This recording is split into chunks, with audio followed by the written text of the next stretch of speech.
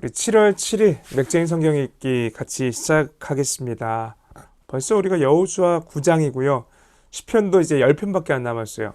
시편 140에서 141, 예레미야 3장, 마태복음 이제 17장 오늘인데요. 이제 시편이 마무리되면은 사도행전이 시작되거든요.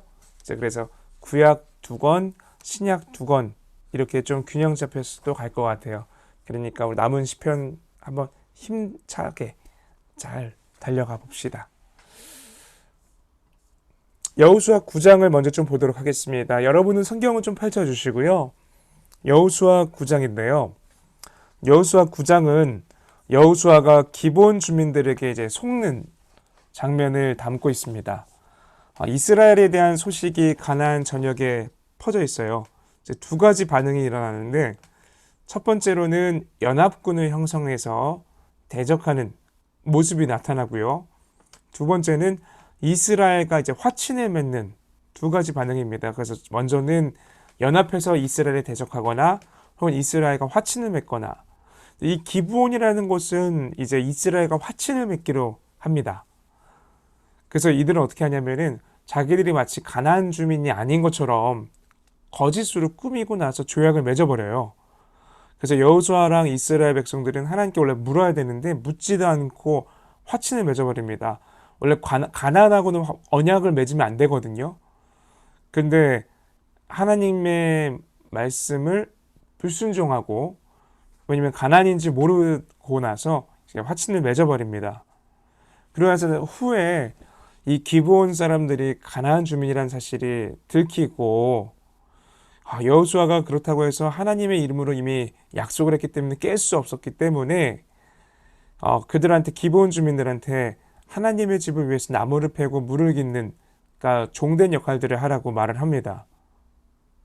그래서 기브온 주민 입장에서는 사실 안전을 확보하고자 꾸몄던 계략이었지만, 사실 이스라엘 백성들의 입장에서는 어쩌면 또 다른 실패가 되었다라고도 볼 수 있어요. 하나님을 배제하고서 자기들의 멋대로 결정했던 대표적인 사례라고 볼 수 있습니다. 그래서 여호수아 9장을 보시면서 사소한 일에 있어서도 하나님께 물어가는 게 얼마나 중요한지, 그리고 이거는 사소한 일은 아니었죠. 기본 일은. 그래서 하나님을 매 순간 의지하는 게 얼마나 우리에게 필요한지 한번 잘 되돌아보시기를 바랍니다. 그럼 여호수아 9장 제가 한번 읽어보도록 할게요. 여호수아 9장. 이 일 후에 요단 서쪽 산지와 평지와 레바논 앞 대해 연안에 있는 헷 사람과 아모리 사람과 가나안 사람과 브리스 사람과 히위 사람과 여부스 사람의 모든 왕들이 이 일을 듣고 모여서 일심으로 여호수아와 이스라엘에 맞서서 싸우려 하더라. 기브온 주민들이 여호수아가 여리고와 아이에 행한 일을 듣고 꾀를 내어 사신의 모양을 꾸미되 헤어진 전대와 헤어지고 찢어져서 기운 가죽 포도주 부대를 나귀에 싣고 그 발에는 낡아서 기운 신을 신고 낡은 옷을 입고 다 마르고 곰팡이가 난 떡을 준비하고, 그들이 길갈 진영으로 가서 여호수아에게 이르러 그와 이스라엘 사람들에게 이르되 우리는 먼 나라에서 왔나이다. 이제 우리와 조약을 맺읍시다 하니, 이스라엘 사람들이 히위 사람에게 이르되 너희가 우리 가운데 거주하는 듯하니 우리가 어떻게 너희와 조약을 맺을 수 있으랴 하나, 그들이 여호수아에게 이르되 우리는 당신의 종들이니이다 하매, 여호수아가 그들에게 묻되 너희는 누구며 어디서 왔느냐 하니, 그들이 여호수아에게 대답하되 종들은 당신의 하나님 여호와의 이름으로 말미암아 심히 먼 나라에서 왔사오니, 이는 우리가 그의 소문과 그가 애굽에서 행하신 모든 일을 들으며 또 그가 요단 동쪽에 있는 아모리 사람의 두 왕들 곧 헤스본 왕 시온과 아스타롯에 있는 바산 왕 옥에게 행하신 모든 일을 들었음이니이다. 그러므로 우리 장로들과 우리나라의 모든 주민이 우리에게 말하여 이르되 너희는 여행할 양식을 손에 가지고 가서 그들을 만나서 그들에게 이르기를 우리는 당신들의 종들이니 이제 우리와 조약을 맺읍시다 하라 하였나이다. 우리의 이 떡은 우리가 당신들에게로 오려고 떠나던 날에 우리들의 집에서 아직도 뜨거운 것을 양식으로 가지고 왔으나 보소서 이제 말랐고 곰팡이가 났으며 또 우리가 포도주를 담은 이 가죽 부대도 새 것이었으나 찢어지게 되었으며 우리의 이 옷과 신도 여행이 매우 길었으므로 낡아졌나이다 한지라.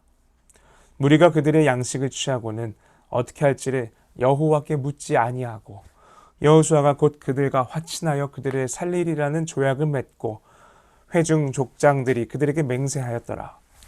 그들과 조약을 맺은 후 사울이 지나서야 그들이 이웃에서 자기들 중에 거주하는 자들이라 함을 들으니라.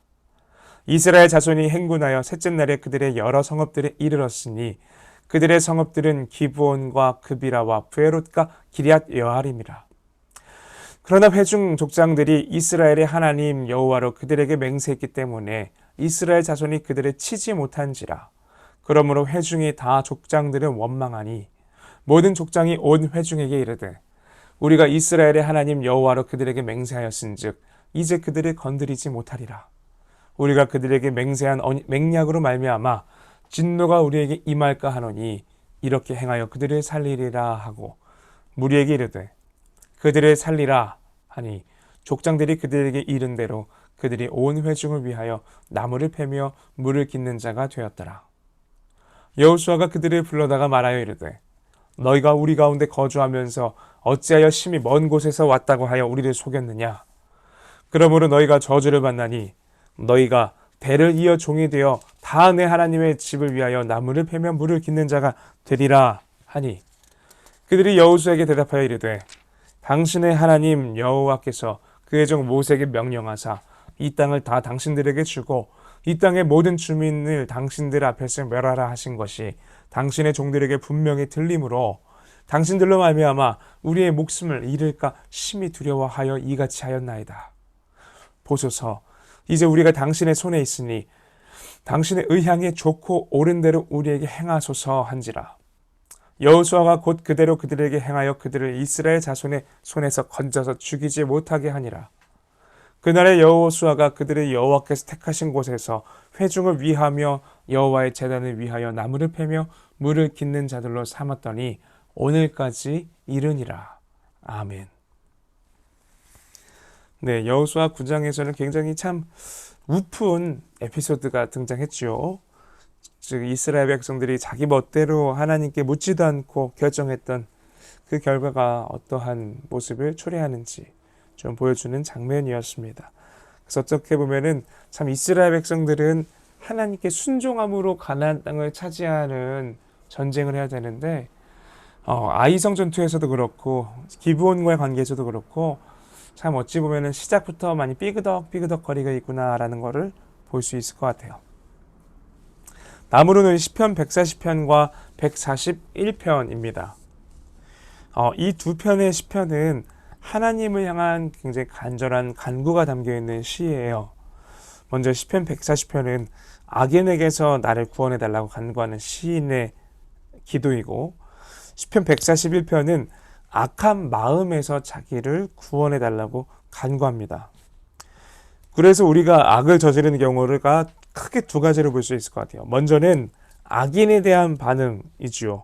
그래서 악인에게 유혹을 당하거나 악인과 동조해서 악을 행하며 우리가 악을 저지를 때가 있고 또 다른 하나는 악한 마음에 대한 반응으로서 내 부패한 마음 속에서 일어나는 악한 계획들로 말미암아 악을 행하게 되는 경우가 되는 것 같아요. 그래서 우리 성도들은 하나님께서 항상 우리를 악에서 구하시기를 간절히 기도해야 됩니다.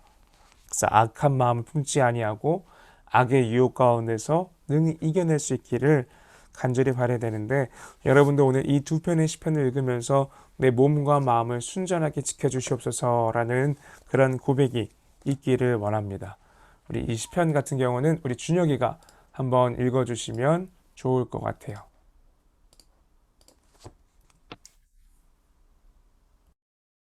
시편 140편. 여호와여, 악인에게서 나를 건지시며 포악한 자에게서 나를 보존하소서. 그들이 마음속으로 악을 꾀하고 싸우기 위하여 매일 모이오며 뱀같이 그 혀를 날카롭게 하니 그 입술 아래에는 독사의 독이 있나이다. 여호와여, 나를 지키사 악인의 손에 빠지지 않게 하시며 나를 보존하사 포악한 자에게서 벗어나게 하소서. 그들은 나의 걸음을 밀치려 하나이다. 교만한 자가 나를 해하려고 올무와 줄을 놓으며 길 곁에 그물을 치며 함정을 두었나이다. 내가 여호와께 말하기를 주는 나의 하나님이시니 여호와여 나의 간구하는 소리에 귀를 기울이소서 하였나이다. 내 구원의 능력이신 주 여호와여 전쟁의 날에 주께서 내 머리를 가려 주셨나이다. 여호와여 악인의 소원을 허락하지 마시며 그의 악한 꾀를 이루지 못하게 하소서. 그들이 스스로 높일까 하나이다. 나를 에워싸는 자들이 그들의 머리를 들 때에 그들의 입술이 재난이 그들을 덮게 하소서. 뜨거운 숯불이 그들 위에 떨어지게 하시며 불 가운데와 깊은 웅덩이에 그들로 하여금 빠져 다시 일어나지 못하게 하소서. 악담하는 자는 세상에서 굳게 서지 못하며 포악한 자는 재앙이 따라서 패망하게 하리이다. 내가 알거니와 여호와는 고난당하는 자를 변호해 주시며 궁핍한 자에게 정의를 베푸시리이다. 진실로 의인들이 주의 이름에 감사하며 정직한 자들이 주의 앞에서 살리이다. 시편 141편. 여호와여 내가 주를 불렀사오니 속히 내게 오시옵소서. 내가 주께 부르짖을 때에 내 음성에 귀를 기울이소서. 나의 기도가 주의 앞에 분향과 같이 되며 나의 손드는 것이 저녁 제사같이 되게 하소서. 여호와여 내 입에 파수꾼을 세우시고 내 입술에 문을 지키소서. 내 마음이 악한 일에 기울어 죄악을 행하는 자들과 함께 악을 행하지 말게 하시며 그들의 진수성찬을 먹지 말게 하소서. 의인이 나를 칠지라도 은혜를 여기며 책망할지라도 머리에 기름같이 여겨서 내 머리가 이를 거절하지 아니할지라. 그들의 재난 중에도 내가 항상 기도하리로다. 그들의 재판관들이 바위 곁에 내려 던져졌도다. 내 말이 닮으로 우리가 들으리로다. 사람이 밭가라 흙을 부스러뜨림 같이 우리의 해골이 스올 입구에 흩어졌도다. 주 여호와여 내 눈이 주께 향하며 내가 주께 피하오니 내 영혼을 빈궁한 대로 버려두지 마옵소서. 나를 지키사 그들이 나를 잡으려고 놓은 올무와 악을 행하는 자들의 함정에서 벗어나게 하옵소서. 악인은 자기 그물에 걸리게 하시고 나만은 온전히 면하게 하소서. 아멘. 네, 아멘. 짧은 두 편의 시편이었지만 참 시편 기자의 마음이 우리에게 잘 전달되었기를 바랍니다. 그 다음 우리 예레미야 3장입니다. 예레미야 3장은 이제 남유다의 반역을 더 자세히 설명합니다. 이스라엘은 제가 두 개로 쪼개져 있다고 했죠. 북이스라엘과 남쪽에 있는 남유다인데요. 하나님께서는 이 유다의 반역을 마치 가늠한 여인으로 비유하십니다.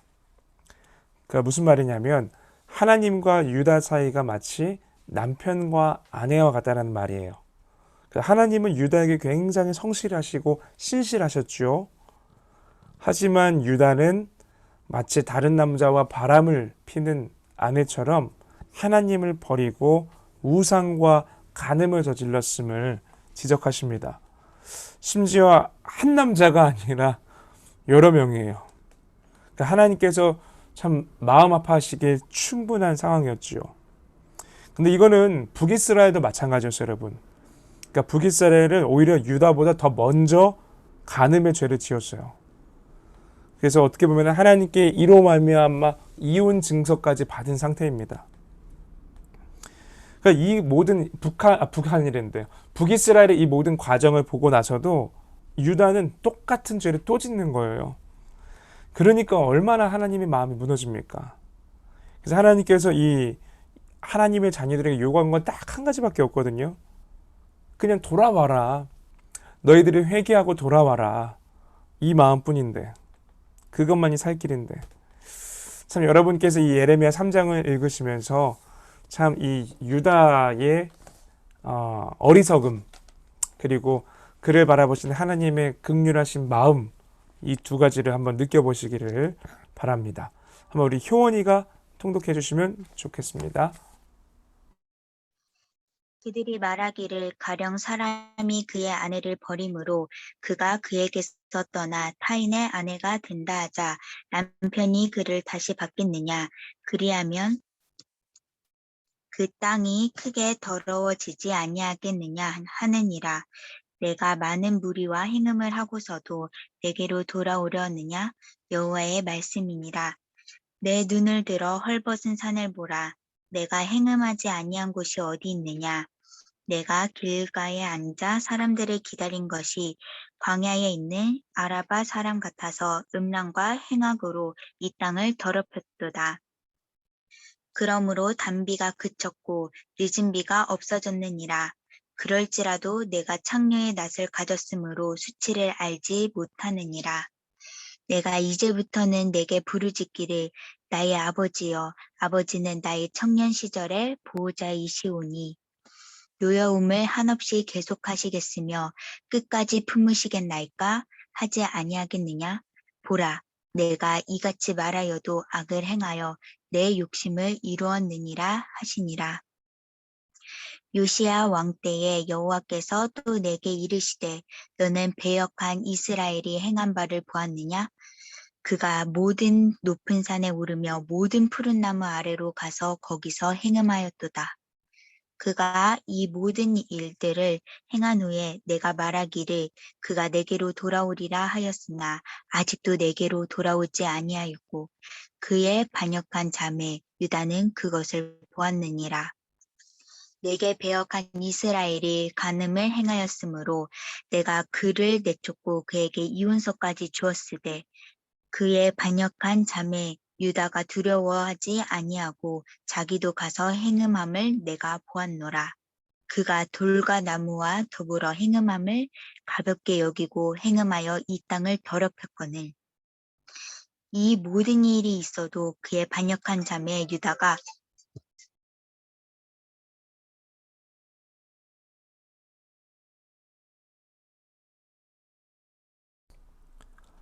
네, 이 모든 일이 있어도 그의 반역한 자매 유다가 진심으로 내게 돌아오지 두려워하지 아니하고, 네, 계속 읽어주세요.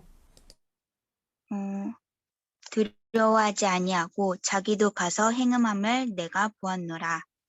그가 돌과 나무와 더불어 행음함을 가볍게 여기고 행음하여 이 땅을 더럽혔거늘. 이 모든 일이 있어도 그의 반역한 자매 유다가 진심으로 내게 돌아오지 아니하고 거짓으로 할 뿐이니라. 여호와의 말씀이니라.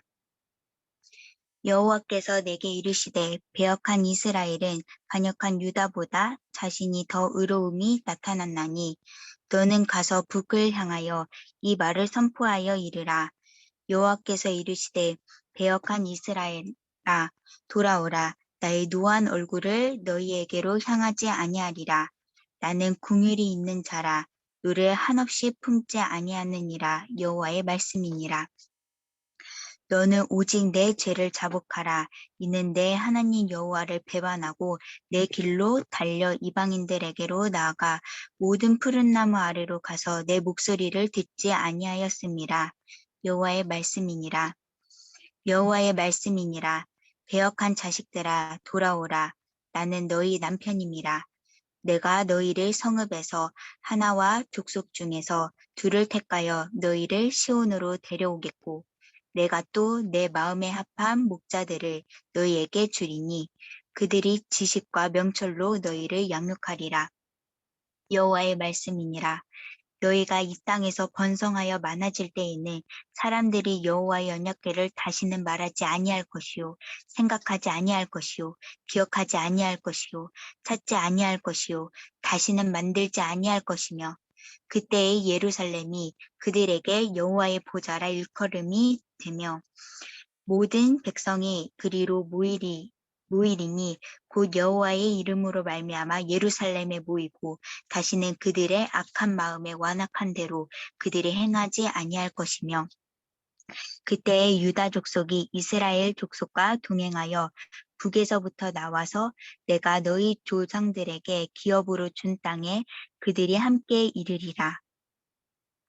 내가 말하기를 내가 어떻게 하든지 너를 자녀들 중에 두며 허다한 나라들 중에 아름다운 기업인 이 귀한 땅을 내게 주리라 하였고 내가 다시 말하기를 너희가 나를 나의 아버지라 하고 나를 떠나지 말 것이니라 하였노라.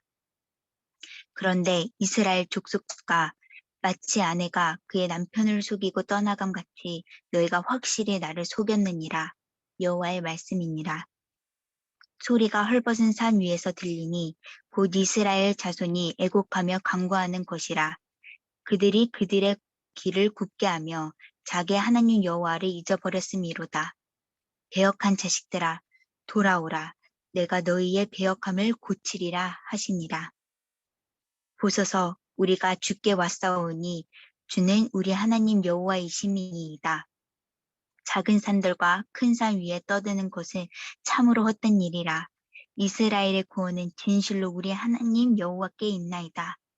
부끄러운 그것이 우리가 청년의 때로부터 우리 조상들의 산업인 양떼와 소떼와 아들들과 딸들을 삼켰사온즉 우리는 수치 중에 눕겠고 우리의 치욕이 우리를 덮을 것이니 이는 우리와 우리 조상들이 청년의 때로부터 오늘까지 우리 하나님 여호와께 범죄하여 우리 하나님 여호와의 목소리에 순종하지 아니하였음이니이다. 아멘. 아멘. 네. 참 예레미야는 지금 우리가 큐티도 하고 있지만 읽으면 읽을수록 참 마음이 콕콕 찔려요. 마치 내 이야기인 것 같아서.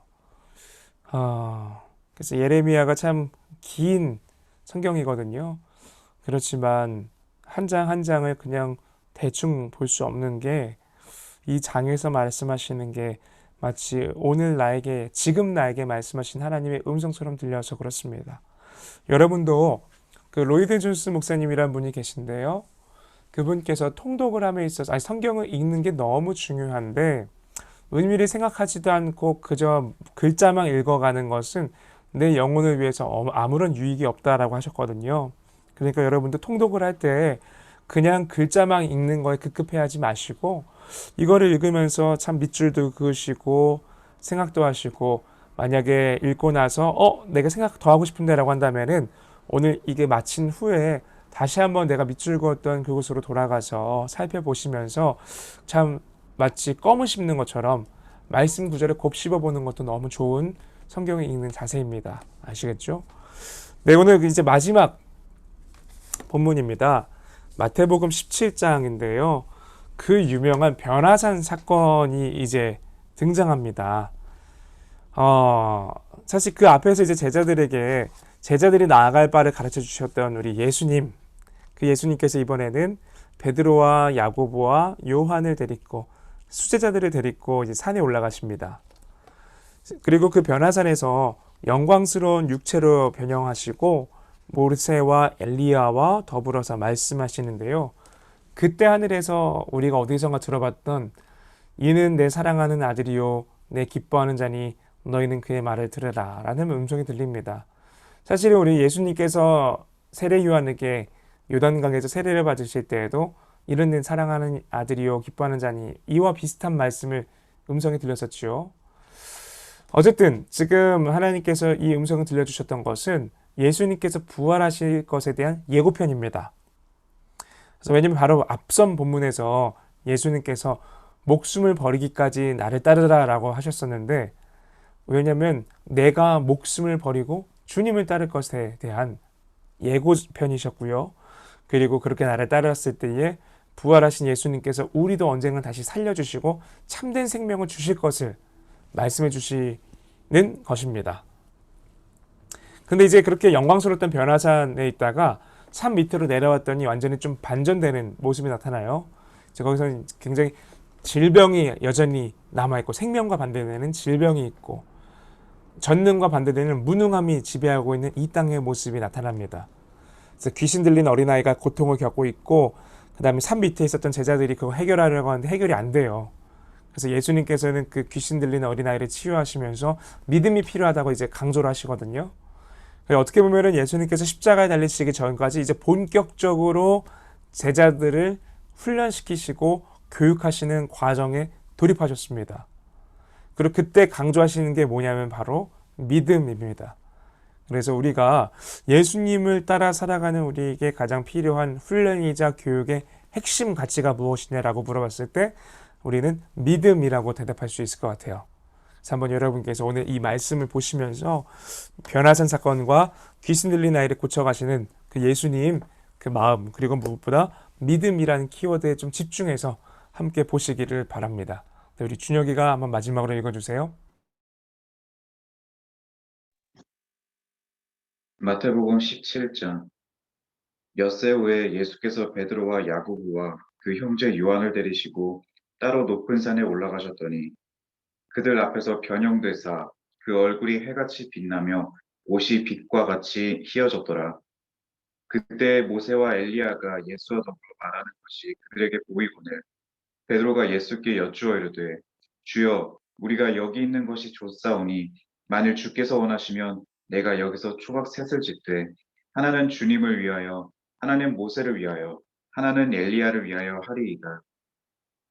말할 때에 호련히 빛난 구름이 그들을 덮으며 구름 속에서 소리가 나서 이르시되 이는 내 사랑하는 아들이요 내 기뻐하는 자니 너희는 그의 말을 들으라 하시는지라. 제자들이 듣고 엎드려 심히 두려워하니 예수께서 나와 그들에게 손을 대시며 이르시되 일어나라 두려워하지 말라 하시니 제자들이 눈을 들고 보매 오직 예수 외에는 아무도 보이지 아니하더라. 그들이 산에서 내려올 때에 예수께서 명하여 이르시되 인자가 죽은 자 가운데서 살아나기 전에는 본 것을 아무에게도 이르지 말라 하시니 제자들이 물어 이르되 그러면 어찌하여 서기관들이 엘리야가 먼저 와야 하리라 하나이까. 예수께서 대답하여 이르시되 엘리야가 과연 먼저 와서 모든 일을 회복하리라. 내가 너희에게 말하노니 엘리야가 이미 왔을 때 사람들이 알지 못하고 임의로 대우하였도다. 인자도 이와 같이 그들에게 고난을 받으리라 하시니 그제서야 제자들이 예수께서 말씀하신 것이 세례 요한인 줄을 깨달으니라. 그들이 무리에게 이르매 한 사람이 예수께 와서 꿇어 엎드려 이르되 주여 내 아들을 불쌍히 여기소서. 그가 간질로 심히 고생하여 자주 불에도 넘어지며 물에도 넘어지는지라. 내가 주의 제자들에게 데리고 왔으나 능히 고치지 못하더이다. 예수께서 대답하여 이르시되 믿음이 없고 패역한 세대여 내가 얼마나 너희와 함께 있으며 얼마나 너희에게 참으리요. 그를 이리로 데려오라 하시니라. 이에 예수께서 꾸짖으시니 귀신이 나가고 아이가 그때부터 나으니라. 이때에 제자들이 조용히 예수께 나와 이르되 우리는 어찌하여 쫓아내지 못하였나이까. 이르시되 너희 믿음이 작은 까닭이니라. 진실로 너희에게 이르노니 만일 너희에게 믿음이 겨자씨 하늘만큼만 있어도 이 산을 명하여 여기서 저기로 옮겨지라 하면 옮겨질 것이요 또 너희가 못할 것이 없음이라. 갈릴리에 모일 때에 예수께서 제자들에게 이르시되 인자가 장차 사람들의 손에 넘겨져 죽임을 당하고 제3일에 살아나리라 하시니 제자들이 매우 근심하더라. 가버나움에 이르니 반세를 받는 자들이 베드로에게 나와 이르되 너의 선생은 반세기를 내지 아니하느냐. 이르되 내신다 하고 집에 들어가니 예수께서 먼저 이르시되 시몬아 내 생각은 어떠하냐. 세상 임금들이 누구에게 관세와 국세를 받느냐. 자기 아들에게냐 타인에게냐. 베드로가 이르되 타인에게니이다. 예수께서 이르시되 그렇다면 아들들은 세를 면하리라. 그러나 우리가 그들이 실족하지 않게 하기 위하여 내가 바다에 가서 낚시를 던져 먼저 오르는 고기를 가져 입을 열면 돈 한 세겔을 얻을 것이니 가져다가 나와 너를 위하여 주라 하시니라. 아멘. 네, 아멘. 감사합니다. 네, 함께 오늘 마태복음 17장에서는 아까 말씀드렸던 변화산 사건과 그리고 또 그 변화산에서 내려왔을 때 보였던 참 제자들의 대조되는 모습들, 그 모습들이 보였으리 생각하고요. 한 가지 좀 그냥 이건 팁으로 궁금해하실 수도 있어서 말씀드리면 21절에 없음이라고 써 있잖아요, 그렇죠? 그러니까 성경에서 저한테 질문이 종종 있더라고요. 제자반 지체들이 목사님 이 없음이 뭐예요? 라고 물어보는데 이 신약 성경 같은 경우는 원래 언어 그리스어거든요, 헬라어. 근데 성경은 원래 원문을 보면은 이 절 구분이 없어요. 장절 구분이 없고 쭉 다 줄글로 이어져 있는데 그중 가운데서 이 글씨가 지워져 있거나 혹은 빠져 있는 부분들이 있습니다. 그래서 다른 사본들과 비교해 봤을 때에도 그런 경우들이 있는데, 근데 그게 그렇게 전체적인 맥락에서 문맥을 바꿀 정도의 중요한 의미는 없지만, 그래도 오히려 그 부분이 삭제가 아니죠. 지워져 있거나 빠져 있었음을, 비어 있었음을 좀 표시하는 부분입니다. 그래서 여러분께서 보시고 성경에서 없음이란 게 있어 막 하면서 막 이게 성경이야 막 그러지 마시고, 충분히 그럴 수 있다. 그래서 나중에 혹시 더 성경에 대해서 궁금하시면은 제자반에서 좀 더 같이 나눠보도록 하겠습니다. 예, 오늘 말씀은 이제 여기까지 읽었고요. 오늘 생각보다 많이 들어와 있어서 제가 좀 놀랐어요. 지금 은석이, 성우, 준혁이, 유나, 효원이, 영원이, 의산이, 은서, 정빈이까지, 네, 말씀을 읽고자 하는 여러분의 의지가 대단합니다. 응원합니다. 포기하지 마시고, 제가 지금 맥체인을 여러분하고 한 3개월 정도를 같이 하고 있거든요. 읽기 시작한 건 당연히 7개월이 됐지만 같이 하는 게 3개월 정도 되는데, 이렇게 하니까 조금은 저도 이게 루틴이 되는 것 같아요. 좋은 루틴이. 그래서 여러분께서도 말씀을 이렇게 같이 읽어 나가는 게 어떻게 보면은 더 집중이 안 된다고 생각할 수도 있지만, 오히려 어떻게 보면은 내 연약한 의지 박약의 모습이 공동체로 인하여서 조금은 더 수정될 수 있겠구나, 잡아줄 수 있겠구나라고 생각하시고, 늘 믿음은 공동체와 함께 성장하는 겁니다. 아시겠죠? 그래서 우리가 말씀을 읽음에 있어서도 공동체가 서로 으쌰으쌰 하면서 함께 성숙해지기를 간절히 바라봅니다. 그럼 아침 식사 맛있게 다들 하시고요. 오늘 하루 잘 보내시고, 이따가 저녁 7시에 오늘 연합중보 기도회 모임이 있습니다. 그러니까 여러분 꼭 그 기도회 모임 같이 하시고, 또 내일은 제가 하니까 기억해 주세요. 네, 그럼 오늘 하루 잘 보내시고요. 우리 내일 맥체인 성경 읽기로 함께 만나도록 하겠습니다. 좋은 하루 보내세요.